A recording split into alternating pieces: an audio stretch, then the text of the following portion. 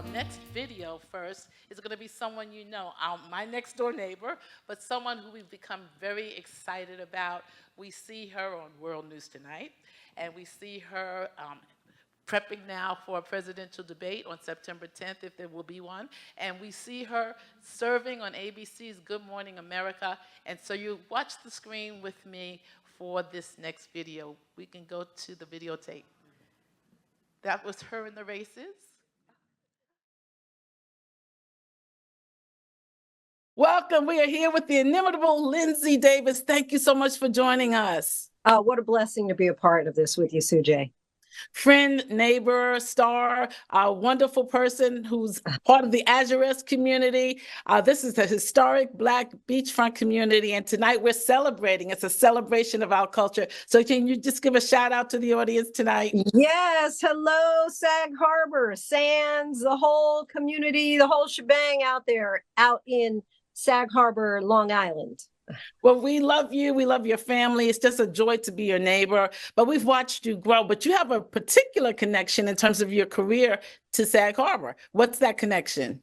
Sure. So at the Labor Day races, the block party, probably about 25 years ago, Charlie Shorter, a family friend, Mr. Shorter, introduced me to Don Cornwell, who was at the time on Granite Broadcasting, and he told him, hey, she wants to be a reporter. And just from his lips to God's ears, it really, that moment at the Labor Day races just changed my trajectory, changed my career, my life, and that I was able to ultimately get my first job at one of his stations in Syracuse, New York in I think 2000. So yeah, it's been almost a quarter of a century since that fateful day at the races.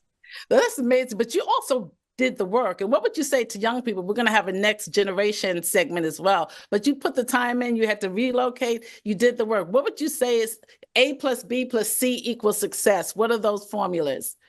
Pray and move your feet. I think that you have to believe you can. There's a famous quote that says, whether you think you can or you can't, you're right. And so I do believe that 100% it's about mindset.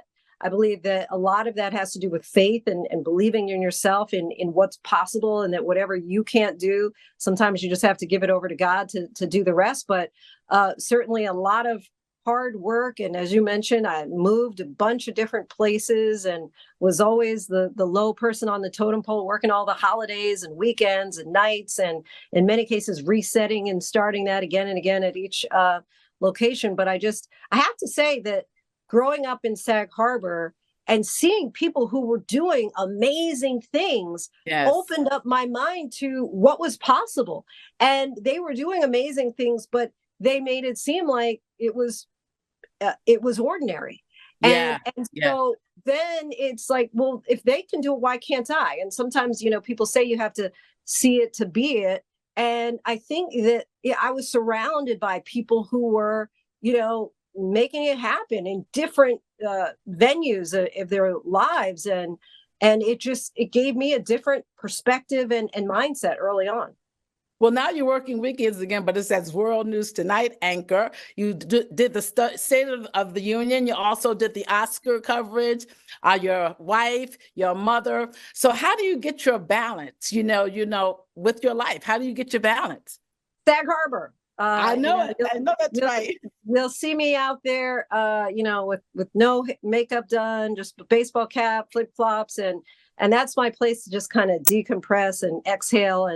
And this summer, as I was in 2019, I'll be out on the beach again in August with a 3-ring binder as I prepare to co-moderate the presidential debate in September. So even though I'll be resting, I'll be working at the same time, but just, on the beach. Working. Yeah, I love it. Well, I'm from my Sag Harbor home. I've got my beach pillow. I've got this on from BB Granger, who made it, and my bathing suit underneath. So, you're always welcome, and your son Aiden's welcome. Tell us about family life. You have congratulations on an anniversary, but just tell us how you keep all of that together. I believe that people do what they want to do, and wherever you have your passion, you're going to make room for it. And, I do think that sometimes the balance is off. Sometimes I'm really focused on work, but I try and shift that and then really have, those weekends in particular with family, my immediate family, extended family. As you know, we have a big Yes. extended family Yes. that quite often is there out in Sag Harbor, and my uncles and grandfathers help to really build with their bare hands, sweat, tears, all three of the houses out there that my dad built. And so really I go to Sag Harbor to really lean into that family time. I'm trying to put the Yes. phone down, trying to not really And pay you take attention your as much. jogging seriously? I see. Yes, Yeah. yes. My husband and I, we try and run together as Yeah. much as we can. We're doing a half marathons in each state. Almost there. 6 more states to go. Oh, I love it. I love it. So 6 more states? Oh my goodness. Yes. That's exciting. Well, I Yes. listen out for the laughter because your family is so much fun. So I listen out to hear when you're there. I see the cars, but I said when they start laughing, I'm going over. My favorite memory was taking all of our food out of the freezers during the blackout, and your aunt actually barbecuing for us. Yeah. Because we couldn't cook, we couldn't have anything refrigerated, but such a fun family, such a great neighbor. You're writing some books. What's your latest book? As we're wrapping up, but I want to just hear some other things you're doing. What's your latest book? Sure. Girls of the World came out in March, doing more than ever before, and it's half paying tribute to the women of the past, but really more so looking forward to these young girls and what they're going to do in the future, at what they're doing now at young stages, and what they will continue to using the past to build upon. Standing on the shoulders of some pioneers, and just really trying to help girls understand that they're good enough, that we're strong, we're brave, we're courageous. Yeah. And sometimes I think that we need as girls and as women that reinforcement. Well, this is the 100th anniversary of Honorable Shirley Chisholm. We're going to have an excerpt tonight from one of her plays here in the studio, but our next panel is going to be on Next Generation. So your closing thought, what would you say to the next gen who's out here in this historic Black beachfront community? Well, I got to then pay homage to Shirley Chisholm, who said, if they don't give you a seat at the table, bring a folding chair. I love it. I think that we have to, again, realize that we belong at the table. There's another saying that says, if you don't have a seat at the table, you're probably on the menu. Yeah. And I think that that's not that far-fetched. And so we have to realize and value ourselves enough to realize that we need to have seats at the table, and women like Shirley Chisholm, who were dealing with a lot more than perhaps many of us. Yes. She was able to get that seat. And I think that we have to realize part of it, I think for her, was just saying, I'm good enough. Exactly. And I deserve it, and I'm worth it. And why not? Exactly. If they can, why not me? And I think that's a winning mentality that is going to ultimately get you that proverbial seat. Well, thank you for being such a winner. We're looking at your wardrobe, and I'm here to tell you, you've been rocking it on ABC. Oh, so thank you so much for being our friend. Hey, I just want to tell you, I so appreciate just your support, and just, one of the things that I love about Sag Harbor so much is just the familiar faces, that neighborly sense that we have, and with people who are far and wide, or close and far. And I just love it. I love Sag Harbor, not just because of, the water, but just the people, the community that we have, and all that we share. And there's something there to be salvaged. And we love you too. So stay strong, stay well, keep doing what you're doing, keep rocking as one of our wonderful, wonderful winners. So thank you for sharing with us tonight on Live with Sujay. Thank you, Sujay. Take care. Linsey Davis. Thank you. And just a big hug from Linsey to all of you tonight. And so just hug the person next to you if they don't mind. Just say, this is a hug from Linsey and from Sujay. Okay, just a hug. Just let them breathe. Give them oxygen. All right, they need oxygen. 2 seconds, that's it. So Linsey is on network TV, and she just makes us so proud. I mean, I rush home on Sunday nights at 6:30. Comes on here on CBS to just watch her. And she's part of our community, generations, as she said. And that's network TV. We're at LTV, which is public access TV. And so this is shown on Channel 20 throughout Long Island, and we hope that you'll look at it. We're on rotation. These shows tonight will be on 5 times, and we'll give you the dates that they start, but you can go to Live with Sujay and see all of them. So that's public access. And then there's Black Public Media. And we are proud to have Tanya Thomas, and she is the director. Come on, give us the title, Tanya. Deputy Director. Okay, tell us your whole title. Deputy Director of Black Public Media.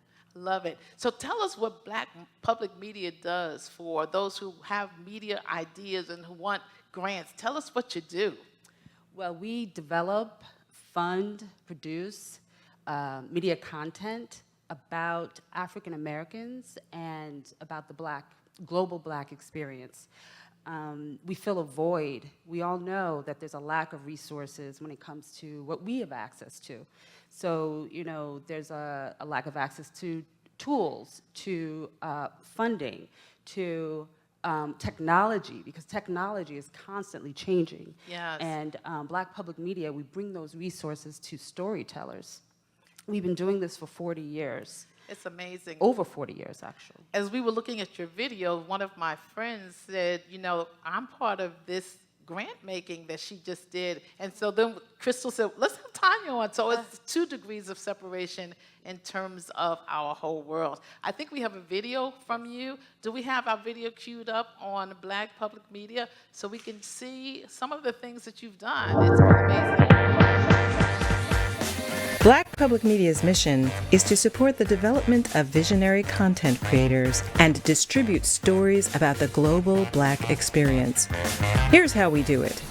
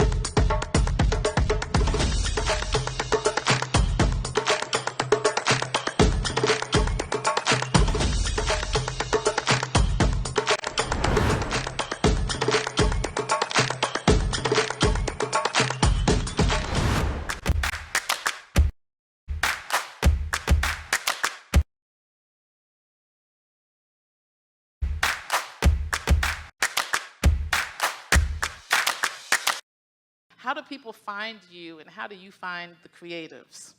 Well, we do these open calls. Black Public Media, you can find us at blackpublicmedia.org.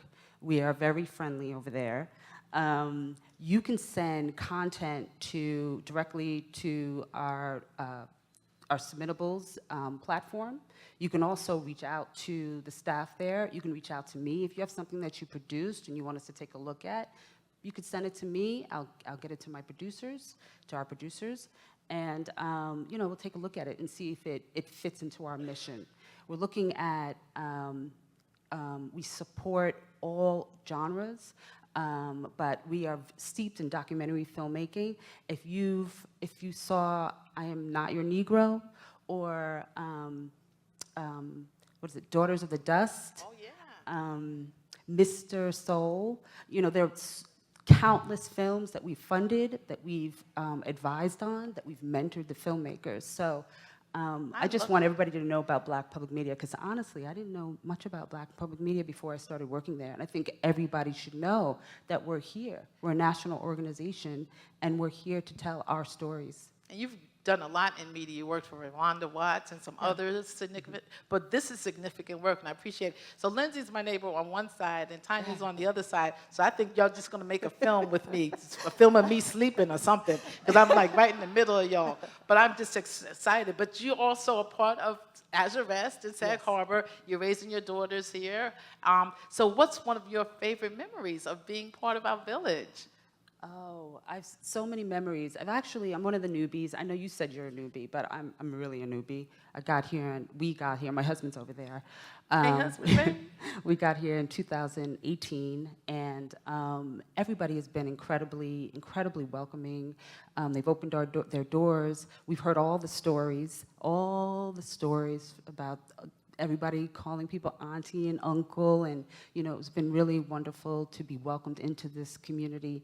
One of the special moments for me so many, but one really special moment was I couldn't sleep. I went out to the beach late at night. It was early in the morning, around 4 o'clock, 5 o'clock in the morning, and I walked along the beach, and I knew that moment that we were supposed to be here, and that God is here. God is here in Sag Harbor. God is here in As You Rest, Sag Harbor Hills, Nineveh, protecting history, guiding people, and I just felt a spiritual presence. I love it. Maybe that's why I'm in the middle of both of y'all. Maybe because God's here, But you also have a film company, Jola Films, that Yes. you and your family are doing. Tell us about Jola. Yes, Jola. Right now, we've been working on a program we launched last year. It's a work readiness program, and we teach youth soft skills and hard skills. And through our partnership with the studio on the North Shore of Long Island, further west, North Shore TV, the kids are learning how to do camera, sound, lighting, editing. On the soft skills side, they're learning presentation skills, how to Yes. interview. We bring in content experts, creative experts to come in and talk to them about their journeys and how they've gotten from point A to point B. We're also hoping to start our partnership with LTV and work with kids here That'd be awesome. out on the East End. I love it. So, I have the formula question. A plus B plus C equals success. So, what's your A, B, and C? My A is God. Okay. And my B is my family, and by the way, my family does work for Jola Films too. Yes, that's right. And my C is community. That's why I'm here. And we love having you here. Thank So, you. Tell us with AI and all the development in technology, how does that impact what you're doing? Are you able to keep up to speed? And tell us the difference now that AI is on the scene. Oh, it's incredible. There are those of us who actually are using it already. I know that there are some people who think that AI is going to take over and, writers, it will impact our writers and that sort of thing. But we are trying to stay on the cutting edge of technology. So we are actually looking into hiring people to do workshops for our staff, so our staff know how to use AI to benefit what they're doing. Because honestly, everybody needs to learn how to work smarter, not longer, not harder, right? So AI can help. AI, okay. So you give funding, but can you get funding being a Black public media station? Absolutely. We need funding to help us help storytellers. So yes, if anybody feels like they want to be a part of the BPM family and they want to support this legacy of supporting storytellers and supporting the development of artists and people whose stories wouldn't ordinarily be told if it weren't for BPM, please give me a call, email me, or go to the website and check us out and see if you'd like to support. Well, we're so excited to have you. Thank you so much for being my neighbor, our friend, but thank you for being with us tonight at the celebration of Black culture in the East End. You got it going on. Take care. Thank and you be so well. much. Let's Thank put you it for having together. me. Give our hands Thank for you. Tanya Thomas. Thank you. So from my right to left, Fredrich Riches IV. May I call you Freddie? Is that your preference? Yes. Okay, and Jasmin Weber. And Hillery. Harris with one R. I love it. Thank you. And these are our children. These are now our young men and young women. And so I'm just going to start because you're all a legacy. We're sitting here with the great-grandson of the founder of As You Rest, Fredrich Riches, and your great-grandmother was the first house that I rented when I came to Sag Harbor, and your mother is my co-chair, so we got it going on. So you can call me aunt if you want to. That's all right. I appreciate it. So Fredrich, let's start with you, Freddie. So tell us what you're doing, what school you're attending, and just tell us something about yourself. I am attending Loyola Chicago. I'm studying finance, and currently I have an accounting internship. Wow, I appreciate that. All right, Jasmine, what are you doing with your life? I work in publishing. I work for the largest African American owned publishing company in the US, which was founded by my father, Carl Weber, who is, of course, also a member of the Azurist community. Yes. I'm also an artist and an art writer. I love it. I love it. He was our guest last year, and your grandfather was our guest for our 75th anniversary, and your mother is our guest. She just works with us all the time. Tell us what you're doing now, Harris, please. Hi, everyone. Currently a student at the Icahn School of Medicine at Mount Sinai, pursuing a master's in biomedical science with the interest of going to medical school. I'm also working on a couple of businesses, and I'm learning to make some music as well. So that's awesome. So we got doctors up here, we've got medicine, we've got accounting, we've got publishing, so you can tell the story about all of us, and we appreciate that. So Freddie, tell us one of your favorite memories. Your dad's here tonight, where you interviewed your grandfather, and so tell us some of your memories about being the great-grandson of the founder. Well, a memorable moment of my time in Sag Harbor actually happened just this Tuesday. My sister and I went sailing from in front of the house all the way across the bay to Shelter Island. We had some good wind on the way there, and when we departed Shelter Island on the way back, there was no wind at all. So, Wow. so my sister and I paddled the 3 miles for an hour and a half on a sailboat all the way back to the house. But it was very interesting because the paddles that we used, we found on the beach of Shelter Island. So we found 2 perfectly good paddles just randomly there that we thought that we might need, and luckily we grabbed them, or else we may still be floating now. So. Well, we're so glad you're here. Me too. And that you've got some wind tonight. We're so glad that you're here. Jasmine, what's a favorite memory for you? I always think about what it was like to be a child, especially visiting my great-grandmother. I grew up on Long Island, and coming out to Sag Harbor was always a really special experience. Everything felt like an adventure. I would say especially those like treks out to the marsh when Harris and I were kids felt like we were in these like YA novels, these like little Bridge to Terabithia style movies where your imagination is really big and you're seeing all of these shells and these little fish and birds, and it's just a really special memory for me. I love it. And Harris, what about you? Honestly, just having fun. We spoke about before, just taking out your bikes, riding around town. The basketball courts were always open. There was always somebody playing football on the beach, or just really going outside and enjoying the time with the community. So now technology is a big thing for your age group. I mean, it's kind of taken over everybody's lives. But you seem to have a simplistic, wonderful, simple life, just enjoying nature. Do you get the balance now because you're out here for the summers? But do you keep the balance that technology doesn't take you over? Yes, I do some more than I can say my siblings, but I try to stay. When I'm here, I'm really just off the grid.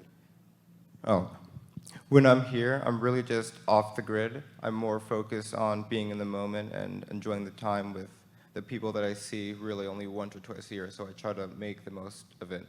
Yeah, I'm trying to be off the grid too. What about yourself? Technology, life, publishing? Tell us how you get your balance. I would say the same. I think one really positive benefit of technology is it's actually allowed me, through my art writing, to do a lot more research about the history of Azurist and Sands in general, about the Black history of Long Island and the East End. I have written about Amazely Meredith, who I know you are related to. I believe your great-great-aunt, Yes. who was the sister of Monterey, the founder, and was a self-trained architect, and artist, and finding out about her legacy, finding out more about Monterey through conversations with the community, but also through the digital archives, That's which open up a whole new world about the community. I love it, and we'd like to know more about it so we can work with you and support you as well. Both your mother, Harris, and your grandmother have been guests now in the show, and we've seen you literally grow up. So your mother particularly had a very tight pack of people on the beach that they grew up with. Do you have friends when you come back now with similar? Absolutely. And I'll say one thing that's been most important to me is that Maine community. You know, I originally grew up in Queens, but we lived in a whole bunch of different places. But I guess that pack on the beach has always been a constant in my life, and I'm forever grateful for that. Awesome. What do you do for fun? Do you still do gymnastics? No. Okay. Not at all. So what do you do for fun these days? For fun, I enjoyed running in high school. I still try to do that now. I enjoy sailing. That's a big hobby of mine. With or without wind, you still love it. Yes, I with love or it. without. I love it. Great. What do you do for fun? Like I mentioned, I'm an artist. Yes. I do collage, I crochet, and do work with textiles and ceramics, things like that. Awesome. Can we see some sometime? I'd Oh, love of to. course. Okay, definitely.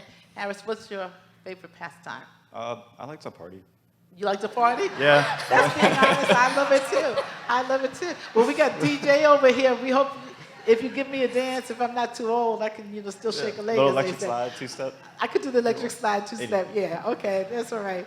It's called the sand shuffle. All right. Excuse me. Sujay shuffle. Okay, you got me. What are you hopeful about? For here, Yeah, for here, for this celebration, we're celebrating who we are out here. Are you I'm- hopeful? I am hopeful. I'm hopeful that I will be able to continue the legacy that my great aunt and great grandmother have created. I'm hopeful that I can keep, or that we can keep the community together. Because as I look out, I see people who grew up with my father and who grew up with my grandfather, and they're all still here. So I hope that I will be able to continue and enjoy that as well. I love it. What about you, Jasmin? I am really excited finding out about new people that are moving into the community. I think that sharing the specialness of a place like Azure, specifically where I'm from, but Sands and Eastville, seeing other people interact with the community for the first time and their excitement about joining is what I'm most hopeful about. Great. And Harris, what are you most hopeful about? I'd have to say sharing the community. Just Memorial Day weekend, I brought out a few of my friends, and it was an awesome experience to show a bunch of my Black friends that are from Queens that there are places where Black excellence exists, I and to the love level that it does out here, to show them that we're doing it. Well, I want to let you know that you are our Black excellence, and we are so excited about having you tonight.